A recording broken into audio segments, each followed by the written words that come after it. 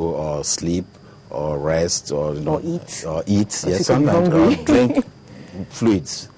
Yes, yeah. So, but people have a headache disorder. Yes, there are some preventive measures. First thing we advise is to keep a headache diary.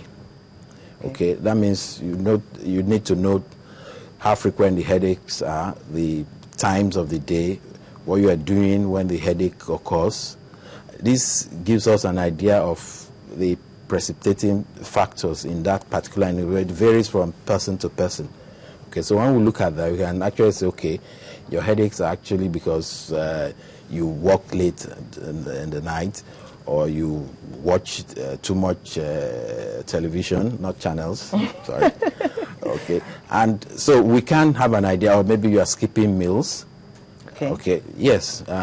So we talk about lifestyle modifications that can help in preventing headaches.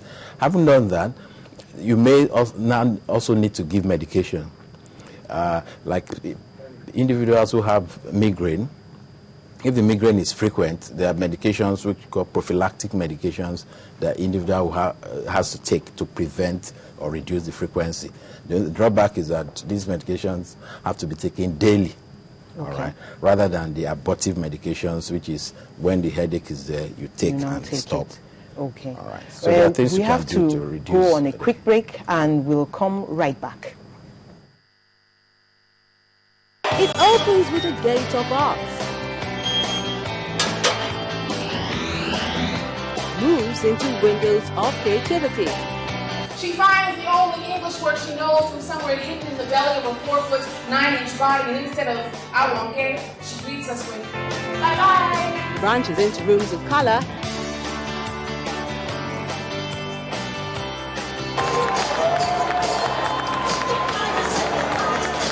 and ends with a roof of imagination.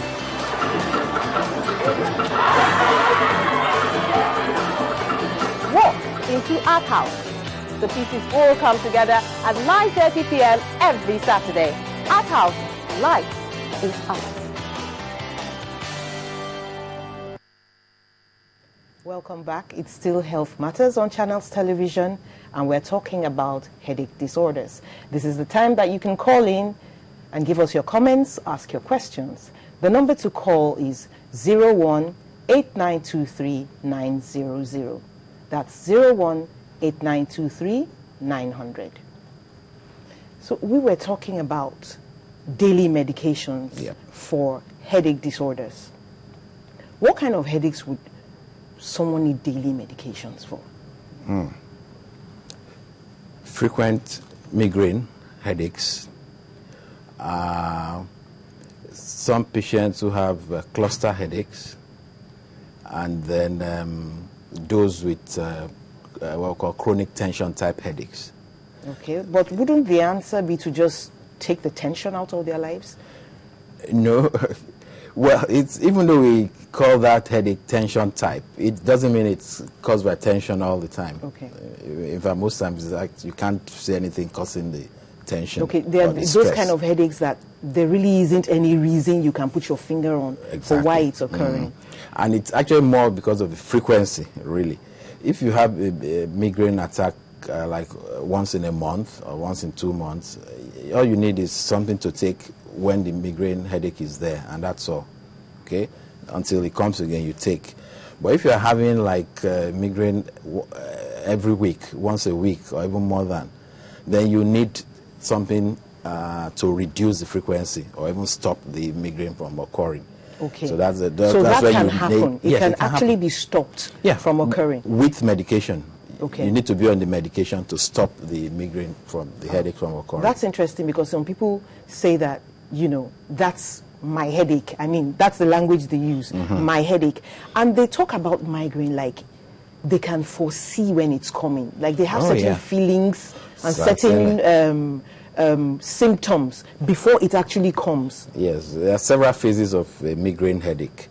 There's what you call the prodromal phase or stage. That can occur hours or a day or two even before the headache starts.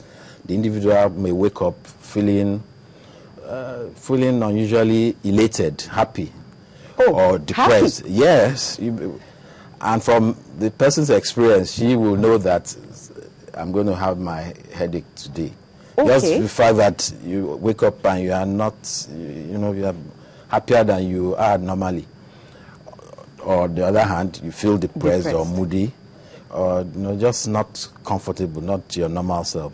That's the prodrome or prodromal stage. And by the time somebody has experienced it 2-3 times, she will know that, okay, this is what comes on, starts before I have a headache. Yes. So that means that this kind of individual can actually nip it in the bud. Well, yeah. Or is it at that stage, there's no going back? No. It's not that there's no going back. You can prepare for it. Okay? By making sure you have your medication, especially if you are going to be out of your normal environment, making sure you have access to your medication. Because the treatment of migraine is that you need to take the medication as soon as the headache starts. The mistake a lot of people who have migraine do is to wait until the headache is severe and then try to now abort it. At that stage, medications don't work well. Because of changes that occur. Apart from the headache itself, there are also changes that occur with absorption of medication and all that. There's reduced absorption. So you prepare, you're aware that you may have a migraine. But apart from that, there's nothing else. You can't stop it. It will occur.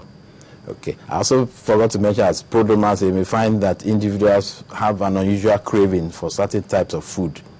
Okay, and that's why they tell you that it's when they took chocolate that they have a headache, or when they took ice cream. So they think that it's the chocolate that probably caused in some the it headache. is, but most times it's not. It's actually the craving that accompanied the prodromal stage. Okay.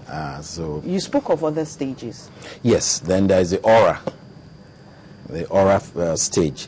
Now it doesn't occur in everybody with migraine. About a third of people with migraine will have an aura, and that aura will occur within about 60 minutes before the headache. And that will occur as mostly visual symptoms, flashing lights, zigzag lines in the field of vision, or even what we call blind spots in the visual field. Most of our patients talk of more of blurring of vision, or they see stars. This occurs 45 minutes to 60 minutes before the headache starts. Oh, you have it down to a science. 45 to 60 minutes. Yes, for it to be an aura, it shouldn't extend beyond 60 minutes. It could be less, but usually within 60 minutes, the headache will start. Funny thing is that there's some patients with migraine that can have the aura without the headache. Yes. Why? Okay, that means the headache aborted.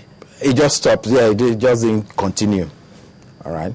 So that's why we say migraine is not just headache. It's more than that. What if somebody has an aura, which is not going to result in a headache? But you don't know. Is already popping pills. No, that's why you wait until the headache starts before you take the pill. Okay, so this Not is the aura. that's the significance of the diary that the person now keeps. So you make sure you don't overdose on something that was not needed in the first place. Exactly. Okay. Yeah. Now, what is the significance of headaches in pregnancy, for example, or is it just like every other headache any other time? I think the problem with pregnancy, which it cuts across other illnesses, is the fact that